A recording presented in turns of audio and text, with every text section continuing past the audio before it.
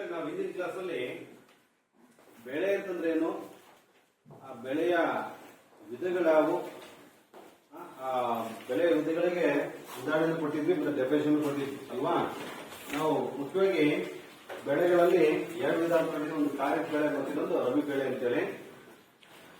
ಮಳೆಗಾಲದಲ್ಲಿ ಬೆಳೀತಕ್ಕಂತಹ ಬೆಳೆಗಳನ್ನ ಯಾವ ಬೆಳೆ ಕರೆದ್ವಿ? ಖಾರಿಫ್ ಬೆಳೆ ಕರೆದ್ವಿ. ಇನ್ನ ಚಳಿಗಾಲದಲ್ಲಿ ಬೆಳೀತಕ್ಕಂಥ ಬೆಳೆಗಳನ್ನ ನೆಕ್ಸ್ಟ್ ಬೆಳೆಗಳು ಬೆಳಿಬೇಕು ಅಂತಂದ್ರೆ ಒಂದೇ ಸಲ ಈಗ ನಮ್ಮ ಶಾಲೆ ಫೀಲ್ಡ್ ಇದೆ, ಅಲ್ಲಿ ಹೋಗಿ ಬೆಳೆಗೆ ಬರುತ್ತಾ? ಇಲ್ಲಲ್ವಾ. ಏನ್ ಮಾಡ್ಬೇಕು ನಾವು? ನಮ್ಮ ಮನೇಲಿ ರೈತ ಆಗಿರ್ಬೋದು, ನಮ್ಮ ತಂದೆ ತಾಯಿಗಳು ನಾವೆಲ್ಲ ಸಹ ರೈತರ ಮಕ್ಕಳಾಗಿರೋದ್ರಿಂದ ನಮ್ಮ ತಂದೆ ತಾಯಿಗಳು, ನಮ್ಮ ತಂದೆಯವರು ಏನ್ ಮಾಡ್ತಾರೆ, ಒಳ್ಳೆ ಮಳೆ ಬಂದಿದೆ, ಒಳ್ಳೆ ಮಣ್ಣು ಹೊಲ ಹದವಾಗಿದೆ ಅಂತಂದಾಗ ಏನ್ ಮಾಡ್ತಾರೆ, ಅಲ್ಲಿ ಹಲವಾರು ಚಟುವಟಿಕೆಗಳು ನಡೆಸ್ತಾರೆ. ಏ ಚಟುವಟಿಕೆಗಳು? ಇಲ್ಲ ನಮ್ಮಲ್ಲಿ ಎತ್ತುಗಳಿದ್ರೆ ಬೇಸಾಯ ನೇಗಳನ್ನು ಉಟ್ಕೊಂಡು ಆ ಮಣ್ಣನ್ನ ಲೂಸ್ ಮಾಡ್ತಕ್ಕಂಥ ಕೆಲಸ ಮಾಡ್ತಾರೆ. ಉಳೆ ಮಾಡ್ತಾನೆ ಟ್ರ್ಯಾಕ್ಟರ್ ಅಲ್ಲಿ ಕಲ್ಲುಗಳು ಹೊಡೆಯೋದಿರ್ಬೋದು, ಆಮೇಲೆ ಅಲ್ಲಿರ್ತಕ್ಕಂಥ ಎಲ್ಲ ಕಳೆಗಳನ್ನ ಆರಿಸಿ ಸುಡೋದಿರ್ಬೋದು, ಆಮೇಲೆ ಬಿತ್ತೋದಿರ್ಬೋದು. ಹಿಂಗೆ ಹಲವಾರು ಚಟುವಟಿಕೆಗಳು ಮಾಡ್ತಾರಲ್ವಾ. ಆ ಎಲ್ಲಾ ಚಟುವಟಿಕೆಗಳು ನಾವೇಂತ ಕರಿತೀವಿ ಅಂದ್ರೆ ಕೃಷಿ ಪದ್ಧತಿಗಳು ಅಂತ ಕರಿತೀವಿ. ಅಂದ್ರೆ ಈ ಬೆಳೆಯನ್ನ ಬೆಳೆಯುವಾಗ ಆ ಕೃಷಿ ಭೂಮಿಯಲ್ಲಿ ಕೈಗೊಳ್ತಕ್ಕಂಥ ಹಲವಾರು ಚಟುವಟಿಕೆಗಳನ್ನ ನಾವೇಂತ ಕರಿತೀವಿ? ಎಂತ ಕರಿತೀವನ್ನ? ಕೃಷಿ ಪದ್ಧತಿಗಳು. ಆ ಕೃಷಿ ಪದ್ಧತಿಗಳು ಯಾವುವು ಅಂತ ನೋಡಿದ್ರೆ, ಒಂದೇ ಏನ್ ಮಾಡ್ತಾರೆ ಫಸ್ಟ್, ಮೊನ್ನೆ ಏನ್ ಮಾಡ್ತಾರೆ ನಮ್ಮ ಮನೇಲಿ ಮೊದಲು ಮಾಡ್ತಕ್ಕಂಥ ಕೆಲಸ ಯಾವುದು? ಕೃಷಿ ಪದ್ಧತಿಯಲ್ಲಿ ಮಣ್ಣನ್ನ ಅಲ್ವಾ. ಫಸ್ಟ್ ಅಂದ್ರೆ ಅದು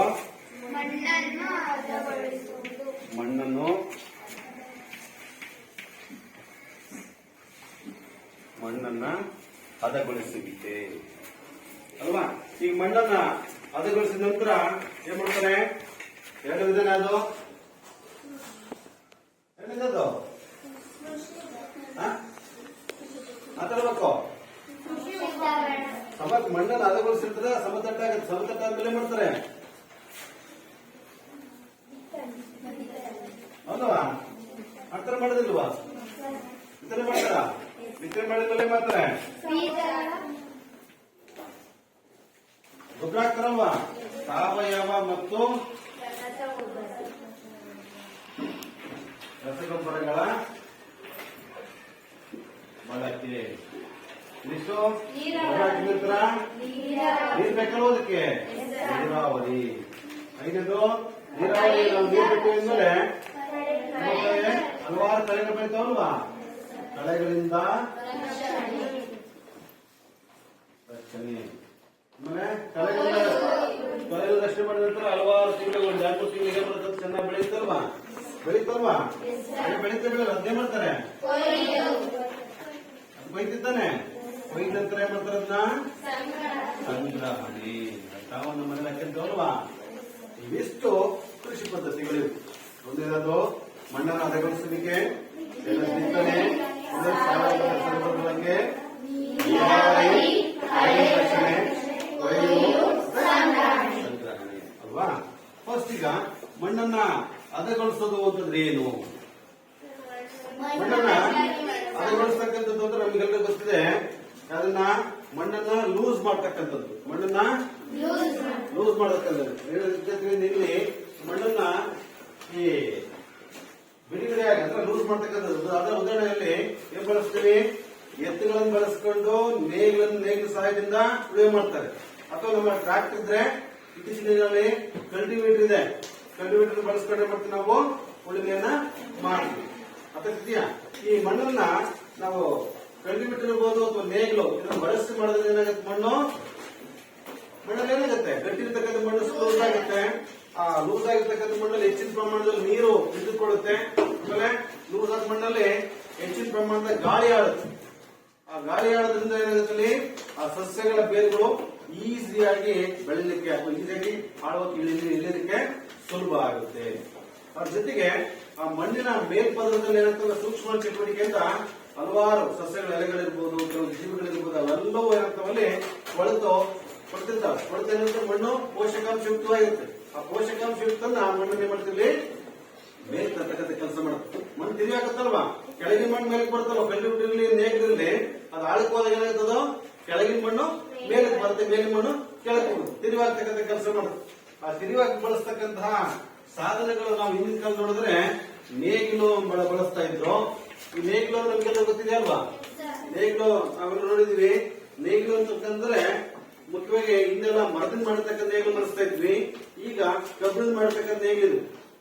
ಹಿಂದೆ ಮರದಿಂದ ಮಾಡತಕ್ಕಂಥ ನೇಗಿಲು ಅಂದ್ರೆ ಆ ಮರದ ಒಂದು ತುದಿಯಲ್ಲಿ ಏನಾಗುತ್ತಪ್ಪ ಅಂತಂದ್ರೆ ಮರದ ನಾವು ನೋಡ್ತೀವಿ ಕಾಣಿಸ್ತಿದೆಯಲ್ಲಿ ಇಲ್ಲಿ ಈ ಭಾಗದಲ್ಲಿ ಒಂದು ತ್ರಿಕೋಣಾಕಾರ ಅಂದ್ರೆ ಮನುಷ್ಯಾಗಿರ್ತಕ್ಕಂಥ ಒಂದು ಕಬ್ಬಿಣದ ತುದಿ ಹುಳ ಅಂತ ಕರಿತೀವಿ. ಅದು ಚೂಪಿರುತ್ತದೆ. ಭೂಮಿಯ ಆಳಕ್ಕೆ ಇಳಿಯುತ್ತೆ. ಭೂಮಿ ಆಳಕ್ಕೆ ಇಳಿದಾಗತ್ತಪ್ಪ ಅಂದ್ರೆ ಆ ಮಣ್ಣನ್ನ ಲೂಸ್ ಮಾಡೋದಕ್ಕೆ ಸಹಾಯ ಮಾಡುತ್ತೆ. ಇನ್ನ ಒಂದು ತುದಿಯಲ್ಲಿ ಈ ತ್ರಿಕೋಣಾಕಾರದ ಅದು ಕಬ್ಬಿಣದ ಇದಕ್ಕೆ ಹುಳ ಅಂತ ಕರಿತೀವಿ. ಅರ್ಥಕ್ಕಿದೆಯಾ? ಇನ್ನ ಇದರ ಇನ್ನೊಂದು ತುದಿಯಲ್ಲಿ ಏನಿರುತ್ತಪ್ಪ ಅಂದ್ರೆ ಇಡಿ ಇರುತ್ತೆ. ಮನುಷ್ಯನ ಇಟ್ಟಲಿಕ್ಕೆ ಒಂದು ಇಡಿ ಇರುತ್ತೆ. ಮತ್ತೆ ಇದರಿಂದ ಒಂದು ಉದ್ದನೆಯ ಒಂದು ಮರದ ಒಂದು ತುಂಡ ನೋಡಬಹುದು. ಇದು ನಾವು ಈಚು ಅಂತ ಕರಿತೀವಿ. ಇದನ್ನ ಇಲ್ಲಿಗೆ ಎತ್ತುಗಳ ಮೇಲೆ ನೊಗ ಇಡ್ತೀವಿ. ನೊಗಕ್ಕೆ ಮಾಡ್ತೀವಿ ಇದನ್ನ ಕಟ್ಟಿ ಆ ನೊಗದ ಸಹಾಯದಿಂದ ಏನ್ ಮಾಡ್ತೀವಿ ಇದನ್ನ ಹೇಳಲಾಗುತ್ತೆ. ಇನ್ನ ಎರಡನೇ ಏನಪ್ಪ ಅಂದ್ರೆ ನಾವು ಕಂಡುಬಿಟ್ಟು ನೋಡಿದೀವಿ ಇಂಥವೇ ಈ ನೇಗಿಲಿರ್ತಕ್ಕಂತಹ ಹಲವಾರು 6 ರಿಂದ 7 ಕುಳಗಳಿರ್ತವೆ. ಆ 7 ಕುಳಗಳನ್ನ ಟ್ರಾಕ್ಟರ್ ಸಹಾಯದಿಂದ ಏನ್ ಮಾಡ್ತೀವಿ ನಾವು ಉಳುಮೆ ಮಾಡಲಾಗುತ್ತೆ. ಅಂದ್ರೆ ಈ ಟ್ರಾಕ್ಟರ್ ಒಬ್ಬ ಮನುಷ್ಯ 1 ಎಕರೆ ನಾವು ನೇಗಿಲಿಂದ ಉಳುಮೆ ಮಾಡಿದ್ರೆ ಟ್ರಾಕ್ಟರ್ ಇಂದ ಹಲವಾರು ಎಕರೆಗಳನ್ನ ಏನ್ ಮಾಡ್ಬೋದು ನಾವು ಇದಕ್ಕೆ ಉಳುಮೆ ಮಾಡಬಹುದು. ಅದರಿಂದ ಬೇಗದ ಕೆಲಸ ಆಗುತ್ತೆ, ಪ್ಲಸ್ ದೈಹಿಕ ಶ್ರಮ ಸಹ ಕಡಿಮೆ ಆಗುತ್ತೆ. ಇನ್ನ ಈ ಮುಖಾಂತರ ನಾವು ಮಣ್ಣನ್ನು ಅಳವಡಿಸಿದ ನಂತರ ನಮ್ಮ ಮನೆಗಳಲ್ಲಿ ಹಲವಾರು ನಮ್ಗೆ ಯಾವ ಬೆಳೆ ಬೇಕೋ, ಮೆಕ್ಕೆಜೋಳ ಬಿತ್ತಿದೀವೋ ಅಥವಾ ರಾಗಿನೋ ಅಥವಾ ಅದು ತೊಗರಿನೋ ಅಥವಾ ಅಲಸಂದೆನೋ ಯಾವ ಬೆಳೆ ಬೇಕೋ ಆ ಬೆಳೆ ಒಳ್ಳೆ ಇಳುವರಿ ಚೆನ್ನಾಗಿ ಇಳುವರಿ ಕೊಡ್ತಕ್ಕಂತಹ ಬೀಜಗಳನ್ನ ಸೆಲೆಕ್ಟ್ ಮಾಡಿಕೊಂಡು ಅವುಗಳನ್ನ ಏನ್ ಮಾಡ್ತೀವಿ ನಾವು ಬಿತ್ತುತ್ತೀವಿ. ಬಿತ್ತನೆ ಮಾಡ್ತಕ್ಕಂಥ ನಮ್ಗೆ ಗೊತ್ತಿದೆ. ಬಿತ್ತನೆ ಮಾಡ್ತಕ್ಕಂಥ ಏನಲ್ಲಿ ಹಲವಾರು ಬಗೆ ಬಗೆಯ ಬೀಜಗಳನ್ನ ಭೂಮಿಗೆ ಸೇರಿಸೋದನ್ನ ನಾವೇಂತ ಕರಿತೀವಿ ಬಿತ್ತನೆ ಅಂತ ಕರಿತೀವಿ. ಆ ಬಿತ್ತನೆ ಮಾಡ್ಲಿಕ್ಕೆ ನಾವ್ ಹಿಂದೆಲ್ಲ ಏನ್ ಮಾಡ್ತೀರಪ್ಪ ಅಂದ್ರೆ ಕೂರಿಗೆ ಅಂತಕ್ಕಂಥ ಬಳಸ್ತಿದ್ವಲ್ಲಿ. ಕೂರಿಗೆ ಬಳಸ್ತಾರೆ. ಕೂರಿಗೆ ಅಂತಂದ್ರೆ ಏನಿಲ್ಲ, ಅದು ಒಂದು ಆಲಿಕೆ ಅಂತ ರಚನೆ ಇರುತ್ತೆ. ಇದಕ್ಕೊಂದು ಕೈ ಇರುತ್ತೆ. ಅದರಲ್ಲಿ ಒಂದು 3 ರಿಂದ 4 ಹೋಲ್ಗಳಿರ್ತವೆ. ಅವೆಲ್ಲವೂ ಸಹ ಹೇಳ್ತಪ್ಪ ಅಂದ್ರೆ ಇಲ್ಲಿ ಪೈಪ್ಗಳು ಇವೆಲ್ಲವೂ ಒಂದು ಇಲ್ಲಿ ಭೂಮಿಗೆ ಸೇರಿಸ್ತಕ್ಕಂಥ ಒಂದು ಇರುತ್ತೆ. ಅರ್ಥ ಆಗ್ತಿದ್ಯಾ? ಎಲ್ಲವೂ ಇಲ್ಲಿ ಈ ಓಲಿಂದ ಒಂದು ಬಂತು, ಈ ಓಲಿಂದ ಒಂದು, ಈ ಓಲಿಂದ ಹಿಂಗೆ ಬೀಜಗಳೆಲ್ಲವೂ ಈ ಆಲಿಕೆ ಮುಖಾಂತರ ಬಂದು ಇಲ್ಲಿಗೆ ಭೂಮಿಯ ಆಳಕ್ಕೆ ಸೇರುತ್ತವೆ. ನಾವೇನು ಕರಿತೀವಿ ಇದಕ್ಕೆ ಕೂರಿಗೆ ಅಂತ. ಈಗೆಲ್ಲ ಈಗ ಯಾಂತ್ರಿಕ ಕೂರಿಗಳು ಬಂದ್ಬಿಟ್ಟವೆ. ಈಗ ಕಲ್ಟಿವೇಟರ್ ಕರಿತೀವಲ್ಲ, ಕಲ್ಟಿವೇಟರ್ ಅಲ್ಲಿ ರೈನರ್ನಲ್ಲಿ ಕೂರಿಗೆಗಳು ಬಂದೆ ಪ್ಲಸ್ ಗೊಬ್ಬರನು ಅದಾದ್ಮೇಲೆ ಬಂದ್ಬಿಡುತ್ತೆ. ಈಗ ಈಸಿ ಎಲ್ಲವಕ್ಕೂ ಆಯಾ ಬೀಜಗಳನ್ನ ಗೊಬ್ಬರನ್ನ ತುಂಬಿಟ್ರೆ ಒಂದು ಸಣ್ಣ ಟ್ರಾಕ್ಟರ್ ಹೋಗ್ತಂದ್ರೆ ಎಲ್ಲ ಏನಾಗುತ್ತೆ, ಗೊಬ್ಬರನ ಬೀಜ ಆಗುತ್ತೆ, ಬೀಜಗಳು ಸಹ ಬಿತ್ತನೆ ಆಗ್ತದೆ. ಈಗ ಅತ್ಯಂತ ಆಧುನಿಕ ಬಿತ್ತನೆ ಯಂತ್ರಗಳು ಬಂದ್ಬಿಡ್ತವೆ. ಹಂಗಾಗಿ ಈಸಿಯಾಗಿ ಇವತ್ತು ಬಿತ್ತನೆ ಕೆಲಸಗಳು ಆಗ್ತಾ ಇದಾವೆ. ಇನ್ನ ಇದಾದ ನಂತರ ಬರ್ತಕ್ಕಂಥದ್ರಲ್ಲಿ ಸಾವಯವ ಮತ್ತೆ ರಸಗೊಬ್ಬರಗಳ ಬಳಕೆ. ಈಗ ನಾವು ಒಂದು ಭೂಮಿಯಲ್ಲಿ ನಾವು ಬೆಳೆಗಳನ್ನು ಬೆಳೀತಿದೀವಿ ಅಂತಂದ್ರೆ ನಮಗೆ ಏನ್ ಬೇಕು? ನಮಗೆ ನಾವು ನಮ್ಮ ದೈಹಿಕಕ್ಕೆ ಕೆಲಸ ಮಾಡ್ಬೇಕು, ನಾವು ಚೆನ್ನಾಗಿ ಬೆಳಿಬೇಕಾದ್ರೆ ಏನ್ ಬೇಕು? ನಮಗೆ ಆಹಾರ ಬೇಕಲ್ವಾ? ಒಳ್ಳೆ ಪೌಷ್ಟಿಕಾಂಶಯುಕ್ತ ಆಹಾರ ತಿಂದ್ರೆ ನಾವು ಏನ್ ಮಾಡ್ತೀವಿ? ಸದೃಢವಾಗಿರ್ತೀವಿ, ಗಟ್ಟಿಮುಟ್ಟಾಗಿರ್ತೀವಿ, ಮತ್ತೆ ಚೆನ್ನಾಗಿ ಬೆಳಿತೀವಲ್ವಾ? ಬೆಳಿತೀವಿ ಬೆಳೆಯಲ್ಲ ಬೆಳಿತೀವಿ. ಹಂಗೆ ಈ ಸಸ್ಯಗಳು ಸಹ ಚೆನ್ನಾಗಿ ಬೆಳಿಬೇಕು ಅಂದ್ರೆ ಅವಕ್ಕೆ ಏನ್ ಬೇಕಲ್ಲಿ? ಅವಕ್ಕೆ ಪೋಷಕಾಂಶ ಬೇಕಲ್ವಾ? ಬೇಕಾ ಬೇಡವಾ? ಆ ಪೋಷಕಾಂಶ ನೈಟ್ರೋಜನ್, ಫಾಸ್ಫರಸ್, ಪೊಟ್ಯಾಶ್ ಈ ರೀತಿ ನಿಮ್ಮ ಮನೆಗಳೆಲ್ಲ ಈ ಮಳೆಗಾಲ ಬಂತು ಅಂತ ನಿಮ್ಮಲ್ಲಿ ಗೊಬ್ಬರ ತಂದಕ್ಕೆ ಅಂತ ನೋಡಿದಿರಾ? ಅದ್ರಲ್ಲಿ NPK ಅಂತ ಬರೆದಿರುತ್ತೆ. NPK ಅಂದ್ರೆ ನೈಟ್ರೋಜನ್, ಫಾಸ್ಫರಸ್ ಮತ್ತೆ ಪೊಟ್ಯಾಶ್ ಅಂತ. ಅಂದ್ರೆ ಈ ಸಾವಯವ ಗೊಬ್ಬರ ನಮ್ಗೆಲ್ಲ ಗೊತ್ತಿದೆ. ಮನೇಲಿ ಏನ್ ಮಾಡ್ತಾರೆ? ನಮ್ಮ ಮನೇಲಿ ನಾವೀಗ ಹಲವಾರು ಮನೆಗಳಲ್ಲಿ ದನಗಳು ಸಾಕಿರ್ತೀವಲ್ವಾ? ನಮ್ಮ ಮನೆಗಳ ಹಿಂದ್ಗಡೆ ಒಂದು ಗುಂಡಿ ಮಾಡಿ ಅದೆಲ್ಲ ವೇಸ್ಟ್ ತಂದು ಹಾಕ್ತಿರ್ತೀವಿ. ಸಗಣಿ ಇರ್ಬೋದು ಅಥವಾ ಕಸ ಇರ್ಬೋದು ಅಥವಾ ಯಾವುದೇ ಮರದಿ ಮಾಡ್ತಕ್ಕಂಥ ಪೇಪರ್ಗಳು ಅಂತ ಇರ್ತವೆ. ವೇಸ್ಟ್ ಅಂತ ಅರ್ಥ ಅಂದ್ರೆ ಅದ್ರಲ್ಲಿ ಹಾಕ್ತಿರ್ತೀವಿ. ಅದೇನಾಗಿರ್ತದೆ? ಸ್ವಲ್ಪ ದಿನ ಬಿಟ್ಟು ಕೊಳೆತಿರುತ್ತಲ್ವಾ? ಕೊಳೆತು ಗೊಬ್ಬರ ಆಗಿರುತ್ತೆ. ಆ ಗೊಬ್ಬರವನ್ನು ನಾವೇನ್ ಕರಿತೀವಿ ಅಂದ್ರೆ ಸಾವಯವ ಗೊಬ್ಬರ ಅಂತ, ಸಗಣಿ ಗೊಬ್ಬರ ಅಥವಾ ಸಾವಯವ ಗೊಬ್ಬರ ಅಂತ ಕರಿತೀವಿ. ಇದನ್ನ ಮಾಡಕ್ಕೆ ಬಹಳ ದಿನ ರೆಡಿ ಆಗಬೇಕು, ಬಹಳ ದಿನ ಬೇಕು. ಆದ್ರೆ ಇದು ರಸಗೊಬ್ಬರ, ರಸಗೊಬ್ಬರ ಇದು ಮಾನವ ನಿರ್ಮಿತ. ನಾವು ಮಾನವರು ರೆಡಿ ಮಾಡಿರ್ತಕ್ಕಂತಹ ಒಂದು ಗೊಬ್ಬರವನ್ನ ರಸಗೊಬ್ಬರ ಅಂತ ಕರಿತೀವಿ. ನಾವು ಹಲವಾರು ಕೆಮಿಕಲ್ಸ್ ಗಳನ್ನ ಬಳಸ್ಕೊಂಡು ಗೊಬ್ಬರ ತಯಾರು ಮಾಡ್ಕೊಂಡು ಅದು ರಸಗೊಬ್ಬರ ಅಂತ ಕರಿತೀವಿ. ಇದು ಸಾವಯವ ಗೊಬ್ಬರ ಮತ್ತು ಇದು ರಸಗೊಬ್ಬರ. ಅರ್ಥ ಆಗ್ತಿದೆಯಲ್ಲ? ಈ ಗೊಬ್ಬರಗಳನ್ನ ಅಂದ್ರೆ ಪೋಷಕಾಂಶಯುಕ್ತ ಈ ಗೊಬ್ಬರವನ್ನ ನಾವು ಭೂಮಿಗೆ ಸೇರಿಸೋದನ್ನ ನಾವೇಂತ ಕರಿತೀವಿ? ಗೊಬ್ಬರ ಬಳಕೆ ಅಂತ ಕರಿತೀವಿ. ಅಂದ್ರೆ ಗೊಬ್ಬರಗಳನ್ನ ಭೂಮಿಗೆ ಸೇರಿಸುವಿಕೆ ಅಂತ ಕರಿತೀವಿ. ಅಂದ್ರೆ ಸಾವಯವ ಗೊಬ್ಬರ ಹಾಕ್ಬೋದು ಅಥವಾ ರಸಗೊಬ್ಬರನ ಹಾಕ್ಬೋದು. ರಸಗೊಬ್ಬರ ಆದ್ರೆ ಅದನ್ನ ಫಾಸ್ಟ್ ಆಗಿ ತೆಗೆದುಕೊಳ್ತಾರೆ. ಅಂದ್ರೆ ಸಸ್ಯಗಳಿಗೆ ಯಾವ ಪೋಷಕಾಂಶ ಅಗತ್ಯ ಇರುತ್ತೆ ಆ ಪೋಷಕಾಂಶಗಳು ಹೊಂದಿರುತ್ತವೆ, ಹಂಗಾಗಿ ಸಸ್ಯಗಳು ಚೆನ್ನಾಗಿ ಬೆಳೀತಾವೆ. ಇವು ಸಾವಯವ ಗೊಬ್ಬರ ಭೂಮಿಗೆ ತುಂಬಾ ಒಳ್ಳೇದು. ರಸಗೊಬ್ಬರ ಹೆಚ್ಚು ಬಳಕೆ ಮಾಡ್ಕೊಂತ ಹೋದ್ರೆ ಭೂಮಿ ಬರಡಾಗುತ್ತೆ. ನೋಡ್ರಿ, ಈಗ ನಾವೆಲ್ಲರೂ ಸಹ ಇವತ್ತು ರಸಗೊಬ್ಬರ ಬಳಕೆ ಮಾಡ್ಕೊಂಡು ಗೊಬ್ಬರ ಹಾಕ್ತಲೇ ಬೆಳೆ ಬರುತ್ತಾ? ಈ ಮೆಕ್ಕೆಜೋಳ ಬಿತ್ತು ಬಂದು ನೀವು ಗೊಬ್ಬರ ಹಾಕ್ತಂಗಿದ್ರೆ ಬೆಳೆಯುತ್ತಾ? ಯಾಕೆ? ಭೂಮಿಯಲ್ಲಿ ಪೋಷಕಾಂಶ ಎಲ್ಲ ಖಾಲಿ ಆಗುತ್ತೆ. ಬೆಳೆಗಳನ್ನು ಬೆಳೆದ ಪೋಷಕಾಂಶ ಎಲ್ಲ ಬರಿದಾಗಿದೆ. ನಾವು ಗೊಬ್ಬರ ಹಾಕ್ಲೇಬೇಕಾಗುತ್ತೆ. ಗೊಬ್ಬರ ಹಾಕಿ ಪೋಷಕಾಂಶ ಕೊಟ್ಟರೆ ಮಾತ್ರ ಬೆಳೆಗಳು ಬೆಳೆಯುತ್ತವೆ. ಇಲ್ಲಂದ್ರೆ ಆ ಕಾರಣಕ್ಕೂ ಸಹ ಬೆಳೆಗಳು ಬೆಳೆಯೋದಿಲ್ಲ. ಅಂದ್ರೆ ಈ ರೀತಿ ಒಟ್ಟು ಪೋಷಕಾಂಶಯುಕ್ತ ವಸ್ತುಗಳು ಅಂದ್ರೆ ಸಸ್ಯಗಳಿಗೆ ಯಾವ ಪೋಷಕಾಂಶ ಬೇಕೋ ಆ ಪೋಷಕಾಂಶ ಹೊಂದಿರತಕ್ಕಂಥ ವಸ್ತುಗಳು ನಾವು ಏನಂತ ಗೊಬ್ಬರಗಳು ಅಂತ ಕರಿತೀವಿ. ಗೊಬ್ಬರಗಳನ್ನ ಭೂಮಿಗೆ ಸೇರಿಸಿ ಆ ಸಸ್ಯ ಯಾವ ಸಸ್ಯಗಳಿಗೆ ನೀರು ಪ್ರಮಾಣದಲ್ಲಿ ಗೊಬ್ಬರ ನೀಡಿದ್ರೆ ಚೆನ್ನಾಗಿ ಬೆಳೆಯುತ್ತೆ. ಇನ್ನು ಗೊಬ್ಬರಗಳನ್ನ ಹಾಕಿದ್ವಿ, ಎಲ್ಲ ಆಯ್ತು. ಕೊನೆಗೆ ಏನಾಗುತ್ತಲ್ಲಿ ಅದಕ್ಕೆ ಅಗತ್ಯವಾಗಿ ಏನ್ ಬೇಕೇ ಬೇಕು? ಅದಕ್ಕೆ ನೀರು ಬೇಕು. ಬೇಕಾ ಬೇಡವಾ? ಬೇಕಲ್ವಾ? ಅಂದ್ರೆ ಹೆಚ್ಚಿನ ಪ್ರಮಾಣದ ಬೇಕಾ? ಸಸ್ಯಗಳಿಗೆ ನಾವು ಹಾಕಿರ್ತಕ್ಕಂಥ ಬೆಳೆಗಳಿಗೆ ನಿಗದಿತ ಸಮಯದಲ್ಲಿ ನಾವು ಅವುಗಳಿಗೆ ನೀರನ್ನ ನೀಡೋದಕ್ಕೆ ನಾವೇನು ಕರಿತೀವಿ? ನೀರಾವರಿ ಅಂತ ಕರಿತೀವಿ. ಅರ್ಥಿದ್ಯಾ? ಎಂತ ಕರಿತೀವಿ? ನೀರಾವರಿ ಅಂತ ಕರಿತೀವಿ. ಹಿಂದೆ ಈ ನೀರಾವರಿ ವ್ಯವಸ್ಥೆ ನಾವಿವತ್ತು ತುಂಬಾ ಮುಂದುವರೆದಿದ್ದೀವಿ. ಈಗ ನಾವು ಅತ್ಯಂತ ಆಧುನಿಕ ನೀರಾವರಿ ವ್ಯವಸ್ಥೆ ಎಲ್ಲರೂ ಸಹ ಬಳಕೆ ಮಾಡ್ಕೊಳ್ತಾ ಇದೀವಿ. ಆಧುನಿಕ ನೀರಾವರಿ ವ್ಯವಸ್ಥೆ ಅಂತಂದ್ರೆ ಅದು ತುಂತುರು ನೀರಾವರಿ ಮತ್ತಿನ್ನೊಂದು ಅದು ಹನಿ ನೀರಾವರಿ. ಹೌದಲ್ವಾ? ತುಂತುರು ನೀರಾವರಿ ಮತ್ತಿನ್ನೊಂದು ಹನಿ ನೀರಾವರಿ. ಎರಡು ಆಧುನಿಕ ನೀರಾವರಿ ವ್ಯವಸ್ಥೆಗಳು. ತುಂತುರು ನೀರಾವರಿ ವ್ಯವಸ್ಥೆ, ಎರಡನೇದು ಹನಿ ನೀರಾವರಿ. ಅಂದ್ರೆ ಯಥೇಚ್ಛವಾಗಿ ನಮ್ಮಲ್ಲಿ ನೀರಿತ್ತಪ್ಪ ಅಂತಂದ್ರೆ ಅದು ನಾವು ನೀರನ್ನ ಇಡೀ ಭೂಮಿಗೆ ಹಾಯಿಸಬಹುದು. ನೀರು ಅತ್ಯಂತ ಕಡಿಮೆ ಪ್ರಮಾಣದಲ್ಲಿ ಇರತಕ್ಕಂತ ಜಾಗಗಳಿಗೆ ಇದು ತುಂಬಾ ಮುಖ್ಯವಾಗಿ ಅಂದ್ರೆ ಅವೆಲ್ಲೋ ಅಲ್ಲ ಅಂತ ಜಾಗಗಳಿಗೆ ಇವು ತುಂಬಾ ಉಪಯುಕ್ತವಾಗಿರ್ತಕ್ಕಂತಹ ನೀರಾವರಿ ವ್ಯವಸ್ಥೆಗಳಿವೆ. ಅಂದ್ರೆ ನೀರು ಕಡಿಮೆ ಇರತಕ್ಕಂಥ ಪ್ರದೇಶಗಳಿಗೆ ಉಪಯುಕ್ತ. ಹೇಗೆ? ಈ ತುಂತುರು ನೀರಾವರಿ ಅಂತಂದ್ರೆ ನಮ್ಮ ಭೂಮಿ ಸಮತಟ್ಟಾಗಿಲ್ಲ. ನಮ್ಮ ಭೂಮಿ ಏನಾಗಿಲ್ಲ? ಸಮತಟ್ಟಾಗಿಲ್ಲ ಅಂತಂದಾಗ ಏನಾಗುತ್ತಪ್ಪ ಅಂದ್ರೆ ಭೂಮಿ ಉಪ್ಪು ತಗ್ಗಿದ್ದಾಗ ಈಗ ಏರ್ ಮೇಲೆ ಇತ್ತಪ್ಪ ನೀರು ನಾವು ನೀರು ಹಾಯಿಸಕ್ ಆಗೋದಿಲ್ಲ. ಉಪ್ಪು ತಗ್ಗಿದ್ರೆ ನೀರೇ ಆಯ್ದಿಲ್ಲ. ಅಂತಹ ಜಾಗಗಳಲ್ಲಿ ನಾವು ತುಂತುರು ನೀರಾವರಿ ವ್ಯವಸ್ಥೆ ತುಂಬಾ ಇಂಪಾರ್ಟೆಂಟ್ ಇದೆ. ಅಲ್ಲೇ ಮಾಡ್ತಾರೆ ಒಂದು ಪೈಪ್ ಲೈನ್ಗೆ ಹಲವಾರು ತುಂತುರು ನೀರಾವರಿ ವ್ಯವಸ್ಥೆ ಇರ್ತಕ್ಕಂಥ ಪೈಪ್ಗಳಿಗೆ ಜೋಡಣೆ ಮಾಡಿದ್ರೆ ನೀರೇನಂತೆ ಇಷ್ಟು ಮೀಟರ್ ಅಂತ ಹೇಳಿ ಕವರ್ ಆಗುತ್ತೆ. ಏನು 5 ಮೀಟರ್ 10 ಮೀಟರ್ ದೊಡ್ಡ ಸ್ಪ್ರಿಂಕ್ಲರ್ 100 ಮೀಟರ್ ಗಂಟೆ ಕವರ್ ಮಾಡ್ತವೆ.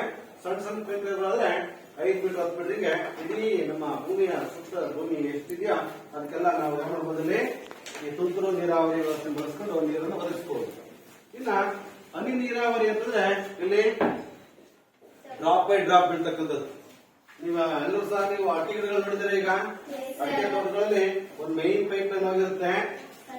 ಆ main pipe line 2 inch pipe ಅಂತಂದ್ರೆ ಇದರಿಂದ ಮತ್ತೆ ಇದಕ್ಕೆ 1.25 ಇಂಚ್ ಪೈಪ್ಗೆ ಕನೆಕ್ಷನ್ ತೆಗೆದುಕೊಳ್ತಿದ್ರಿಂದ ಇದರಿಂದ ಏನ್ ಮಾಡ್ತಾರೆ ಇಲ್ಲಿ ಒಂದೇ ಸಣ್ಣ ಲ್ಯಾಟ್ರಿಗಳು ಎಳೆದಿರ್ತಾರೆ. ನೋಡಿದಿರಾ? ಈ ಲ್ಯಾಟ್ರಿಗಳು ಇರ್ತವೆ. ಮತ್ತೆ ಈ ಲ್ಯಾಟ್ರಿಗಳಿಂದ ಇಲ್ಲೊಂದು ಅಡಿಕೆ ಗಿಡ ಇದೆ ಅಂತಂದ್ರೆ ಇಲ್ಲೊಂದು ಮೈಕ್ರೋಟೋಬು, ಇಲ್ಲೊಂದು ಮೈಕ್ರೋಟೋಬು, ಇಲ್ಲೊಂದು ಸಣ್ಣ ಮೈಕ್ರೋಟೋಬ್ ಹಾಕಿರ್ತಾರೆ. ಮೈಕ್ರೋಟೋಬ್ ಅಂದ್ರೆ ಒಂದು ಸಣ್ಣ ಕೊಳವೆ. ಅದು ಇದು ದೊಡ್ಡ ಪೈಪು, ಇದು ಒಂದು ಕಲಿಸಿ ಅದಕ್ಕೆ ಸಣ್ಣ ಪೈಪು, ಇದು ಅದಕ್ಕೆಲ್ಲ ಒಂದು ಸಣ್ಣ ಪೈಪು, ಮತ್ತಿದು ಇನ್ನೂ ಅದಕ್ಕೆ ಸಣ್ಣ ಪೈಪು. ಡ್ರಾಪ್ ಅದ್ರಲ್ಲಿ ಏನ್ ಮಾಡ್ತೀವಿ? ನೀರು ಬೀಳ್ತಾರೆ. ಅರ್ಥ ಆಗ್ತಿದ್ಯಾ? ಅಂದ್ರೆ ಇಡೀ ಹೊಲ ತುಂಬಾ ಏನ್ ಮಾಡ್ತೇವೆ ನಾವು ಹೆಚ್ಚು ಕಡಿಮೆ 1.5 2 ಎಕರೆ ಎಷ್ಟು ಕಡಿಮೆ ಎಷ್ಟು 1000 ಗಿಡ ತೋಟ ಇದೆ ಅಂತಂದ್ರೆ ಒಂದು 2.5 3 ಇಂಚು ಒಂದು 2 ಇಂಚ್ ನೀರು ಬರ್ತದೆ ಅಂತಂದ್ರೂ ಸಹ ನಾವು ಒಂದು 500 ರಿಂದ 600 ಗಿಡಕ್ಕೆ ಒಂದ್ಸಲಿ ನೀರನ್ನ ಬಿಡಬಹುದು. ಅಂದ್ರೆ ಇದು ತುಂಬಾ ಒಂದೇ ಬಾರಿಗೆ ಎಲ್ಲಾ ಗಿಡಗಳು ಸಹ ನೀರನ್ನ ಒದಗಿಸ್ತಕ್ಕಂಥ ಕೆಲಸವನ್ನ ಮಾಡುತ್ತೆ. ಅರ್ಥ ಆಯ್ತಾ? ನೆಕ್ಸ್ಟ್ ಇದಾದ ನಂತರ ಅದು ಈ ಆಧುನಿಕ ನೀರಾವರಿ ವ್ಯವಸ್ಥೆಯಿಂದ ಮುಂಚೆ ನಾವು ಸಾಂಪ್ರದಾಯಿಕ ನೀರಾವರಿ ವ್ಯವಸ್ಥೆ ಅಗಳು ರಾಹಟ್ಟು ಮತ್ತಿನ್ಯಾವುದು ಹಲವಾರು ಬಗ್ಗೆ ಹಳೆಯ ವಿಧಾನಗಳನ್ನು ಇವತ್ತು ಯಾರು ಸಹ ಇವತ್ತು ಬಳಕೆ ಮಾಡ್ಕೊಂತಿಲ್ಲ. ಈ ನೀರಾವರಿ ವ್ಯವಸ್ಥೆ ಆದ ನಂತರ ಏನ್ ಮಾಡ್ತೀವಿ, ನಮ್ಮ ಬೆಳೆಗಳ ಜೊತೆಗೆ ನಮಗೆ ಬೇಡವಾಗಿರ್ತಕ್ಕಂತಹ ಕೆಲವು ಸಸ್ಯಗಳು ಬೆಳಿತಾವೆ. ನೀವು ನೋಡಿರ್ಬೋದು ನಮ್ಮ ಫೀಲ್ಡ್ ಅಲ್ಲಿ ಹಲವಾರು ನಮ್ಗೆ ಬೇಡ ಅವೆಲ್ಲವೂ ಗಿಡಗಳು ಬೆಳೆದಾವೆ. ನೀವೇ ನಮ್ಮ ಮನೆ ಕಿತ್ತಲ್ವಾ ಅಂದ್ರೆ ವೇಸ್ಟ್ ಅವೆಲ್ಲ ಅವು ಏನು ಸಹ ಉಪಯೋಗ ಆಗಲ್ಲ. ಆಗ ಆ ಒಂದು ಬೆಳೆಗಳು ನಮ್ಮ ಬೆಳೆಗಳ ಜೊತೆಗೆ ಅವು ಪೈಪೋಟಿ ನಡೆಸ್ತವೆ. ಅವು ಈ ಕಳೆಗೆ ಅವು ನಾವೇನ್ ಕರಿತೀವಿ, ನಮ್ಮ ಬೆಳೆಗಳ ಜೊತೆಗೆ ಬೆಳೆಯುವ ಹಲವಾರು ಅನಪೇಕ್ಷಿತ ಸಸ್ಯಗಳು ನಾವೇಂತ ಕರಿತೀವಿ, ಕಳೆಗಳು ಅಂತ ಕರಿತೀವಿ. ಅವು ನಮ್ಮ ಬೆಳೆಗಳ ಜೊತೆಗೆ ಯಾವುದಕ್ಕೋಸ್ಕರ ಬೆಳಕು, ಆಮೇಲೆ ಅದಕ್ಕೆ ಪೋಷಕಾಂಶಗಳು, ಆಮೇಲೆ ನೀರು, ಆಮೇಲೆ ಜಾಗ, ಸ್ಥಳಾವಕಾಶ ಇದಿಷ್ಟಕ್ಕೂ ಸಹ ಮಾಡ್ತವೆ ಪೈಪೋಟಿಯನ್ನ ನಡೆಸ್ತವೆ. ನಮ್ಮ ಈಗ ಜೋಳ ಬಿತ್ತಿದೀವಿ ಅಂತ ತಕ್ಷಣ ನಿಮ್ಮ ಮನೆಗೆ ಏನ್ ಮಾಡ್ತಾರೆ, ಹಲವಾರು ಸಸ್ಯಗಳು ಬೆಳೀತಾರೆ. ಕುಂಟೆ ಹೊಡಿತಾರೆ, ನೋಡಿದ್ರ ಎಡೆ ಕುಂಟೆ ಅಂತಂದ್ರಲ್ಲ, ಕುಂಟೆ ಹೊಡಿತಾರೆ. ಆ ಪ್ಲಸ್ ಜೊತೆಗೆ ಅಲ್ಲೂ ಸ್ವಲ್ಪ ಇದನ್ನ ಕೈಯಲ್ಲೂ ಸಹ ಕೇಳ್ತಾರೆ. ನೋಡಿದ್ರಾ, ಈಗ ಹತ್ತಿ ಗಿಡ ಇರ್ಬೋದು, ಅವೆಲ್ಲವೂ ಸಹ ಮೇನ್ ಬೀಜ ಅಷ್ಟು ಹೋಗ್ಬಿಡುತ್ತೆ. ಇನ್ನ ಬೆಳೆಗಳ ಹತ್ರ ಬಿಡೋದಿರ್ತಕ್ಕಂಥ ಏನ್ ಮಾಡ್ತಾರೆ, ಕೆಲವು ಕೃಷಿಗೆ ಅಂತ ಬರುತ್ತೆ, ಕೃಷಿಗೆ ಇರ್ಬೋದು, ಬೆಳೆಸ್ಕೊಂಡು ಏನ್ ಮಾಡ್ತಾರೆ, ಕಳೆಗಳನ್ನ ತೆಗಿತಾರೆ. ಇದು ಯಾಂತ್ರಿಕ ವಿಧಾನ. ಅಂದ್ರೆ ನಾವು ನಮ್ಮ ಕೈಯನ್ನು ಮಾಡ್ತಕ್ಕಂಥದ್ದು. ಎಲ್ಲಿ ಎಡೆಕುಂಟೆ ಎತ್ತುಗಳ ಸಹಾಯದಿಂದ ಎಡೆಕುಂಟೆ ಹೊಡೆದು ಏನ್ ಮಾಡ್ತೀವಿ, ಕಳೆಗಳನ್ನ ತೆಗಿತೀವಿ. ಮತ್ತೆ ಜೊತೆಗೆ ಏನ್ ಮಾಡ್ತೀವಿ, ಅಲ್ಲಿ ಬೆಳೆಗಳ ಮಧ್ಯೆ ಇರ್ತಕ್ಕಂಥ ಅದು ಬೆಳೆಗಳ ಬುಡದಲ್ಲಿರ್ತಕ್ಕಂಥದ್ದು ಏನ್ ಮಾಡ್ತೀವಿ ನಾವು, ಸಲಿಕೆ ಇರ್ಬೋದು ಅಥವಾ ಯಾವುದೋ ಕುರ್ಚಿಗೆ ನಾವು ಬೆಳೆಸ್ಕೊಂಡು ಏನ್ ಮಾಡ್ತೀವಿ, ನಾವು ಕಳೆಗಳನ್ನ ತೆಗಿತೀವಿ. ಇವತ್ತಿನ ದಿನಗಳಲ್ಲಿ ಇನ್ನೂ ಸಹ ಅತ್ಯಂತ ಆಧುನಿಕ ವಿಧಾನಗಳಿದಾವೆ. ಹೆಂಗೆ ನಾವು ಬೆಳೆ ಮಾತ್ರ ಹಂಗೆ ನಮ್ಮ ಬೆಳೆಗಳಿಗೆ ಹಾನಿ ಆಗಲ್ಲ, ಆದ್ರೆ ಕಳೆಗಳು ಸಾಯ್ತಕ್ಕಂತಹ ಅದು ರೌಂಡ್ ಅಪ್ ಇರ್ಬೋದು. ರೌಂಡ್ ಅಪ್ ಕೇಳಿದ್ರೆ ಸರ ಇತ್ತೀಚಿನ ದಿನಗಳಲ್ಲಿ ಮ್ಯಾಕ್ಸಿಮಮ್ ರೌಂಡ್ ಅಪ್, ಆಮೇಲೆ ಈ ಮೆಕ್ಕೆಜೋಳ ಇರ್ಬೋದು, ಕ್ಯಾರೆಟ್ ಇರ್ಬೋದು, ಅವುಗಳೆಲ್ಲ ಸ್ಪ್ರೇ ಮಾಡ್ತಾರೆ. ಏನು ಔಷಧಿ ಸಿಂಪಡಣೆ ಮಾಡ್ತಾರೆ, ಸ್ಪ್ರೇ ಮಾಡಿದಾಗ ಏನಾಗುತ್ತೆ, ಔಷಧಿ ಹಾಕಿ ರೌಂಡ್ ಅಪ್ ಸ್ಪ್ರೇ ಮಾಡಿದ್ರೆ ನಮ್ಮ ಅಡಿಕೆ ಗಿಡ ಅವುಗಳ ಮಧ್ಯೆ ಇರತಕ್ಕಂತಹ ವೇಸ್ಟ್ ವಸ್ತು ಸಹ ಸುಟ್ಟೋಗುತ್ತೆ, ನಮ್ಮ ಬೆಳೆಗಳಿಗೆ ಹಾನಿ ಆಗುತ್ತೆ. ಅದೇ ಹಂಗೆ ಹಲವಾರು ಬೆಳೆಗಳಿಗೆ ಇವಾಗ ಕಳೆನಾಶಕ ಬಂದಿದ್ದಾವೆ. ಈಗ ಕ್ಯಾರೆಟ್ ಇರ್ಬೋದು, ಮೆಕ್ಕೆಜೋಳ ಇರ್ಬೋದು, ಅವುಗಳಲ್ಲಿ ಏನ್ ಮಾಡ್ತಾರೆ, ಲಾಡಿಸ್ ಅಂತ ಕರೀತಾರೆ. ಅದಕ್ಕೆ ಲಾಡಿಸ್ ಅಂತಂದ್ರೆ ಏನೋ ನಮ್ಮ ಬೆಳೆ ಹಾಳಾಗಲ್ಲ, ಆದ್ರೆ ಕಳೆಗಳ ವಸ್ತು ಸಹ ಏನಿರ್ತವೆ ಸುಟ್ಟೋಗ್ತಕ್ಕಂತಹ ಒಂದು ಇವತ್ತು ಅಂತಹ ಔಷಧಿಗಳು ಬಂದಾಗ ಅವುಗಳನ್ನು ಸಿಂಪಡಣೆ ಮಾಡಿದ್ದಾದ್ರೆ ನಾವು ನಮ್ಮ ಬೆಳೆಗಳನ್ನ ಕಳೆಗಳಿಂದ ರಕ್ಷಣೆಯನ್ನ ಮಾಡಬಹುದು. ಅರ್ಥ ಆಗ್ತಿದ್ಯಾ? ಅಂದ್ರೆ ಈ ಬೆಳೆಗಳಿಂದ ಈ ಕಳೆಗಳು ಅಂತ ಕರಿತೀವಲ್ಲ, ಇವು ನಾವು ಅಕಸ್ಮಾತ್ ಕಳೆಗಳನ್ನು ತೆಗೆದೇ ಇದ್ದರೆ, ಕಳೆಗಳನ್ನ ನೀಟಾಗಿ ತೆಗೆದೇ ಇದ್ರೆ ಏನಾಗುತ್ತೆ,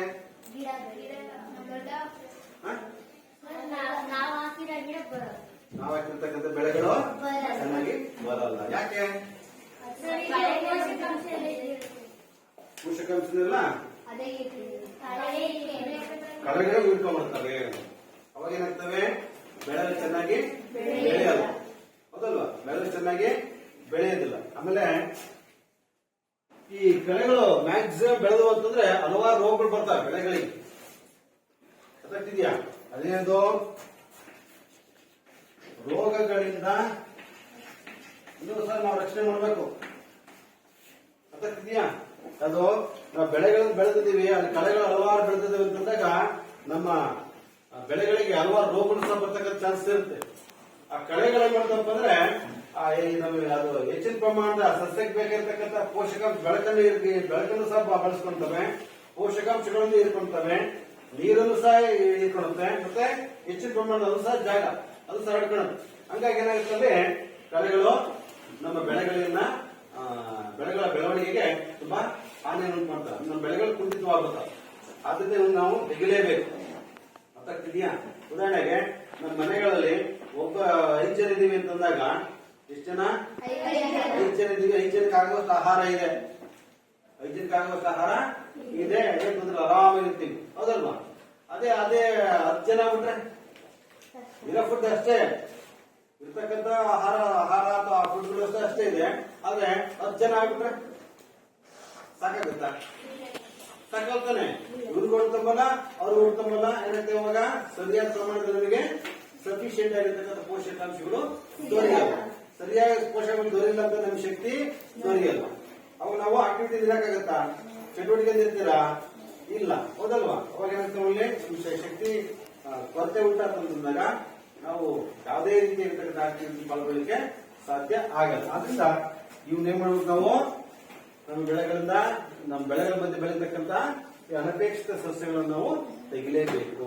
ಅದನ್ನ ಕ್ಲಿಯರ್ ಮಾಡಿದ್ರೆ ಏನಾಗ್ತಾ, ಅವಾಗ ನಾವು ನಮ್ಮ ಬೆಳೆಗಳಿಗೆ ಏನ್ ಗೊಬ್ಬರ ಎಲ್ಲ ಕೊಟ್ಟಿರ್ತೀವಲ್ಲ, ಅದು ಸರಿಯಾದ ಪ್ರಮಾಣದ ನಮ್ಮ ಬೆಳೆಗಳು ಬಳಸ್ಕೊಂತವೆ.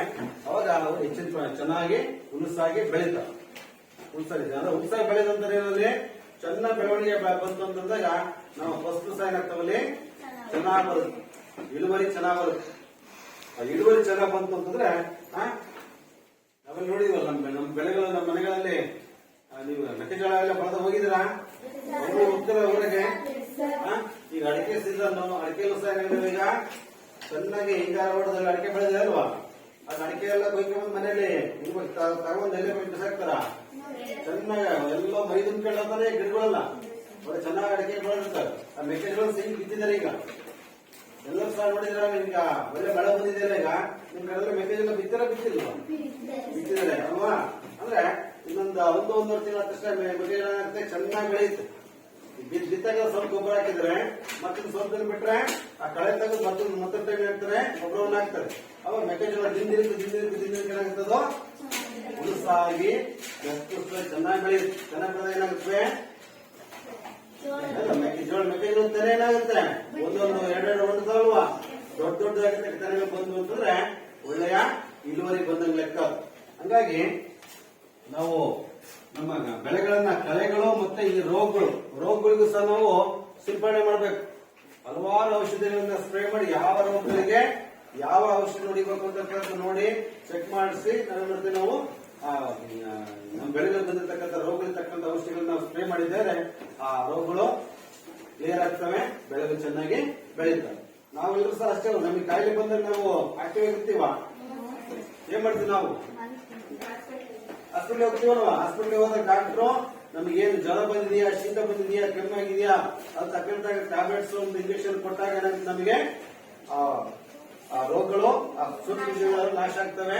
ಅವು ನಾವೇನ್ತೀವಿ ಆರಾಮಾಗ್ತೀವಿ, ಆಕ್ಟಿವ್ ಆಗ್ತೀವಲ್ವಾ? ಹಂಗೆ ನಮ್ಮ ಬೆಳೆಗಳು ಸಹ ಈ ರೋಗಗಳಿಂದ ಬೆಳೆಗಳನ್ನ ರಕ್ಷಣೆ ಮಾಡಬೇಕಾಗುತ್ತೆ.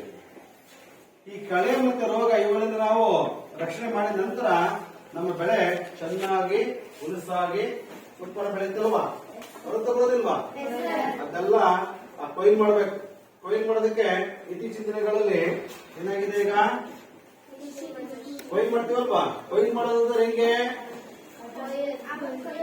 ಹಿಂದೆಲ್ಲ ಕೊಯ್ದು ಈಗೆಲ್ಲ ಮೆಕ್ಕೆಜೋಳ ತಗೊಂಬಂದು ನಮ್ಮ ಮನೇಲಿ ಹಾಕಿ ಅದನ್ನು ಒಣಗಿಸಿ ಆಮೇಲೆ ಅದನ್ನ ಹಿಂದೆಲ್ಲ ಬಡ್ದು ತೆಗಿತಾರೆ. ಈಗ ಮಾಡ್ತಾರೆ, ಈಗೆಲ್ಲ ಮಿಷಿನ್ ಬಂದ್ಬಿಡವಲ್ವಾ?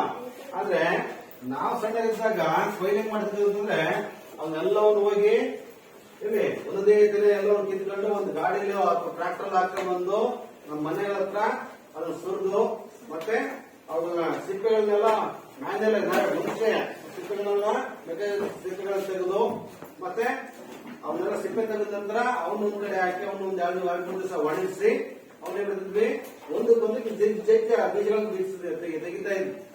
ಅದನ್ನ ಸೇರ್ಗಡ್ಲೆ ಒಂದು ಸೇರಿಗೆ ಇಷ್ಟು ಅಂತ ದುಡ್ಡು ಕೊಡೋರು ನಮಗೆ. ಅವರು ಮನೆಗಳಲ್ಲಿ ಅಕ್ಕಪಕ್ಕದ ಮನೆಗೆ ಹೋದ್ರೆ ಅವ್ನು ನಾವು ಹೆಜ್ಜೆ ಎಷ್ಟು ಸುಲ್ಲಿರ್ತೀವಲ್ಲ ಅದನ್ನ ಸೇರು ಅಂತ ಗೊತ್ತಲ್ಲ, ಆ ಸೇರಿಗೆ ಅದನ್ನ ತುಂಬಿ ಸೇರಿಗೆ ₹1, ಸೇರಿಗೆ 50% ಈ ವ್ಯತ್ಯಾಸ ಅವಾಗ ಕೊಡೋದು ಅದೇ ಯಾವ ದೊಡ್ಡದಾಗಿದೆ.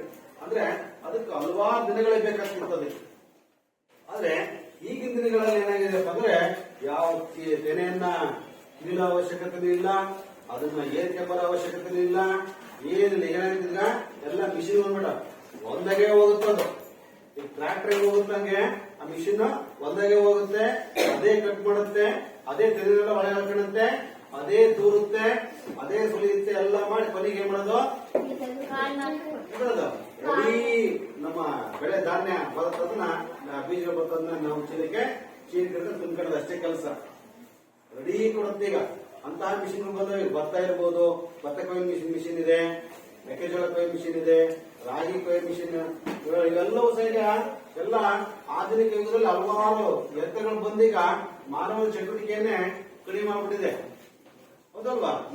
ಭತ್ತ ಕೊಯ್ಯೋ ಮಿಷಿನ್ ನೋಡಿದ್ರೆ ನೀವು, ಭತ್ತ ಕೊಯ್ಯೋ ಮಿಷಿನ್ ಅದು ಸಹ ಸೀದಾ ಹೋಗುತ್ತೆ, ಭತ್ತ ತಾನೇ ಕಟ್ ಮಾಡ್ಕೊಂಡು ಏನಾಗುತ್ತದೋ ಕಟ್ ಮಾಡ್ಕೊಂಡು ಒಂದ್ ಕಡೆ ಹುಲ್ ಬೀಳುತ್ತೆ, ಒಂದ್ ಕಡೆ ಕಾಳುಗಳು ಸ್ಟಾಕ್ ಇರ್ತವೆ. ಒಂದು 10 ರಿಂದ 12 ಚೀಲ ಆಗುವಷ್ಟು ಸ್ಟಾಕ್ ಆದ ನಂತರ ಅದನ್ನ ಮಿಷಿನ್ ನಿಲ್ಲಿಸಿ ಅದನ್ನ ಅದ್ರ ಪಕ್ಕ ನಾವು ಟ್ರಾಕ್ಟರ್ ತಂದು ನಿಲ್ಲಿಸ್ತೀವಿ. ಆ ಟ್ರಾಕ್ಟರ್ ಟ್ರೈಲರ್ಗೆ ಅಷ್ಟು ಡಂಪ್ ಮಾಡ್ತಾರೆ. ಈ ರೀತಿ ವ್ಯವಸ್ಥೆ ಹೋದಲ್ಲಿ ಅಂದ್ರೆ ಹಿಂದೆಲ್ಲ ನಾವು ಭತ್ತ ಕೊಯ್ಲು ಮಾಡಬೇಕಂದ್ರೆ ಫಸ್ಟ್ ಭತ್ತವನ್ನು ಕೊಯ್ದು ಅದನ್ನ ಅಲ್ಲೇ ತೆನೆ ಮೇಲೆ ಮೆದೆ ಮೇಲೆ ಒಣಗಿಬಿಟ್ಟು ಅದನ್ನೆಲ್ಲ ಹಗ್ಗ ಕಟ್ಟಿ ಅದನ್ನ ಪೆಂಡೆ ಕಟ್ಕೊಂಡ್ ಬಂದು ಅದನ್ನ ಒಂದು ಹೊಲದ ಸೆಂಟರ್ ಭಾಗದಲ್ಲಿ ಏನ್ ಮಾಡ್ತಾರ ಬಳೆ ಹೊಡ್ತಾ ಇದ್ರು.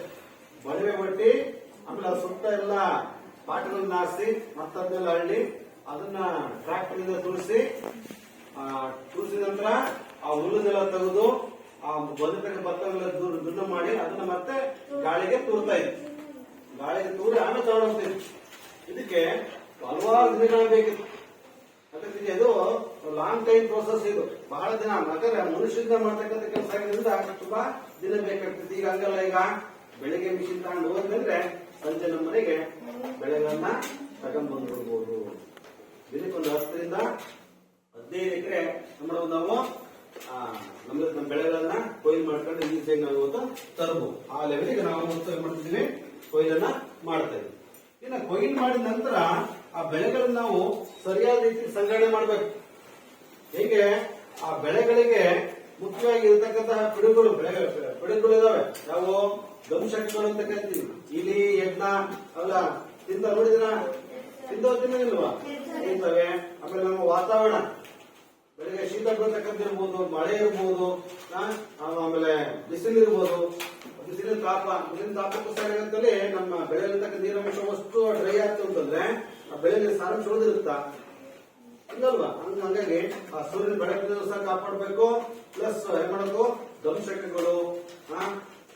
ದಂಶಕಗಳು ಗೊತ್ತಲ್ಲ, ಇಲಿ, ಯಜ್ಞ ಇರ್ಬೋದು ಅಥವಾ ಕೆಲವು ಪಕ್ಷಿಗಳು, ಅವು ಸಹ ಮಾಡ್ತವೆ ಬೆಳೆಗಳನ್ನ ತಿಂದು ಹಾಳು ಮಾಡ್ತಕ್ಕಂಥ ಕೆಲಸವನ್ನ ಮಾಡ್ತವೆ. ಹಂಗಾಗಿ ನಾವು ಈ ಬೆಳೆಗಳನ್ನ ನಾವು ಸರಿಯಾದ ರೀತಿಯಲ್ಲಿ ಮಾಡಬೇಕು, ಸಂಗ್ರಹಣೆ ಮಾಡಬೇಕು. ಸಂಗ್ರಹಣೆ ಮಾಡೋದು ಹೆಂಗೆ? ದೊಡ್ಡದಾಗಿರ್ತಕ್ಕಂಥ ಗೋಡನ್ಗಳನ್ನು ನೀಟಾಗಿ ಕಟ್ಕೊಂಡು, ಗೋಡನ್ ನಮ್ಮ ಮನೆ ಮಾಡ್ಕೊಂತೀವಿ, ದೊಡ್ಡ ಗೋಡನ್ ಮಾಡ್ಕೋಬೇಕು. ಅಲ್ಲಿ ಯಾವುದೇ ರೀತಿ ಇರತಕ್ಕಂತಹ ದಂಶಗಳು ಬರ್ದಂಗೆ, ಇಲಿ, ಯಜ್ಞ ಅವು ಬರ್ದಂಗೆ ನಾವು ಕ್ಲೀನ್ ಆಗಿ ಡೋರ್ಗಳನ್ನ, ಕಿಟಕಿಗಳನ್ನ ಎತ್ತರವಾಗಿ ನಿರ್ಮಿಸಿ ಗಾಳಿ ಆಡ್ಬೇಕು. ಅಂತ ಬೆಳೆ ಗಾಳಿ ಆಡುವಂತ ಕಿಟಕಿಗಳನ್ನು ನಿರ್ಮಾಣ ಮಾಡಬೇಕು. ಆದ್ರೆ ದಂಶಗಳು ಯಾವ ಸಹ ಇಂದ್ರಿಯ ಆಗದ ರೀತಿ ನಾವು ಗೋಡನ್ಗಳನ್ನ ಮಾಡಿಕೊಂಡು ಸೂರ್ಯನ ಬೆಳಕು ಬೀಳದ ರೀತಿಯಲ್ಲಿ ನಮ್ಮ ಬೆಳೆಗಳನ್ನ, ನಾವು ಬೆಳೆದಿರ್ತಕ್ಕಂಥ ಬೆಳೆಗಳನ್ನ ನಾವು ಸಂಗ್ರಹಣೆ ಮಾಡಬೇಕು. ಸಂಗ್ರಹಣೆ ನಾವು ಮಾಡಿದ್ದಾದ್ರೆ ನಾವೇನ್ ಮಾಡ್ಬೋದು, ನಾವು ಈಸಿಯಾಗಿ ಅವನ್ನ ಬೇರೆ ಕಡೆಗೆಲ್ಲ ಮಾರಾಟ ಮಾಡ್ಲಿಕ್ಕೆ ಈಸಿಯಾಗಿ ಎಲ್ಲಿಂದ ತರಿಸ್ತೀವಿ. ಇಲ್ಲ ಅಂತಂದ್ರೆ ನಾವು ಬೆಳೆನ ಹೆಂಗ್ ಬೇಕು ಸಂಗ್ರಹ ಮಾಡಿದ್ವಿ ಅಂದ್ರೆ ಎಲ್ಲ ಹಾಳಾಗೋಗ್ಬಿಡುತ್ತೆ. ಈಗ ನೋಡಿರ್ಬೋದು, ಬೆಳೆಗಳು ಮಳೆ ನೆಂದಾಗ ಮೊಳಕೆ ಹೋಗ್ಬಿಡುತ್ತೆ. ಹೌದಲ್ಲ? ಬಂದಿಲ್ಲ. ನಾವು ಬೆಳೆಗಳನ್ನ ಸರಿಯಾದ ಪ್ರಮಾಣದಲ್ಲಿ ಮಾಡೋದ್ರಲ್ಲಿ ಅವನ್ನ ಸಂಗ್ರಹಣೆ ಮಾಡಿದ್ರೆ ಕೆಲವು ನೀರು ಇತ್ತಪ್ಪ ಅಂತ ನೀರು ಇರ್ತದೆ, ಮೊಳಕೆ ಹೋಗ್ಬಿಡುತ್ತೆ, ಬೆಳೆ ಸಹ ಹಾಳಾಗುತ್ತೆ.